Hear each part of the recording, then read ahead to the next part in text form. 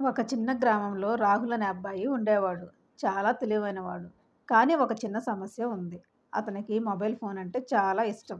ఉదయం లేవగానే ఫోన్, తినేటప్పుడు ఫోన్, చదివేటప్పుడు కూడా ఫోన్. ఒకరోజు అతని తాతయ్య వచ్చాడు. రాహుల్ ఫోన్‌లో గేమ్ ఆడుతూ ఉండగా తాతయ్య గమనించాడు. "రాహుల్, ఈ ఫోన్‌లో ఏముందంత?" అని అడిగాడు.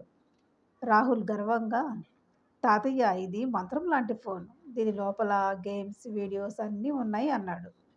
తాతయ్య నవ్వుతూ, "అలానా? అయితే నేను కూడా ఒక మంత్రం చూపిస్తాను" అన్నాడు.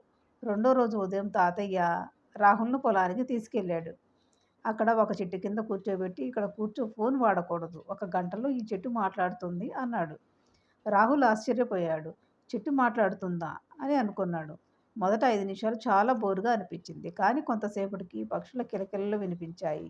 గాలి తాకిడితో ఆకులు సలసలలాడాయి. చీమలు, సీతాకోకచిలుకలు కనిపించాయి.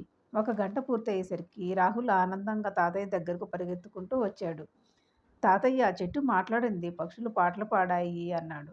తాతయ్య నవ్వుతూ, "ఇది మంత్రం కాదు రాహుల్, ప్రకృతి. ఫోన్ కంటే నిజమైన ప్రపంచం చాలా అందంగా ఉంటుంది" అన్నాడు. ఆ రోజు నుంచి రాహుల్ ఫోన్ తక్కువగా వాడి బయట ప్రపంచాన్ని ఆస్వాదించటం మొదలుపెట్టాడు.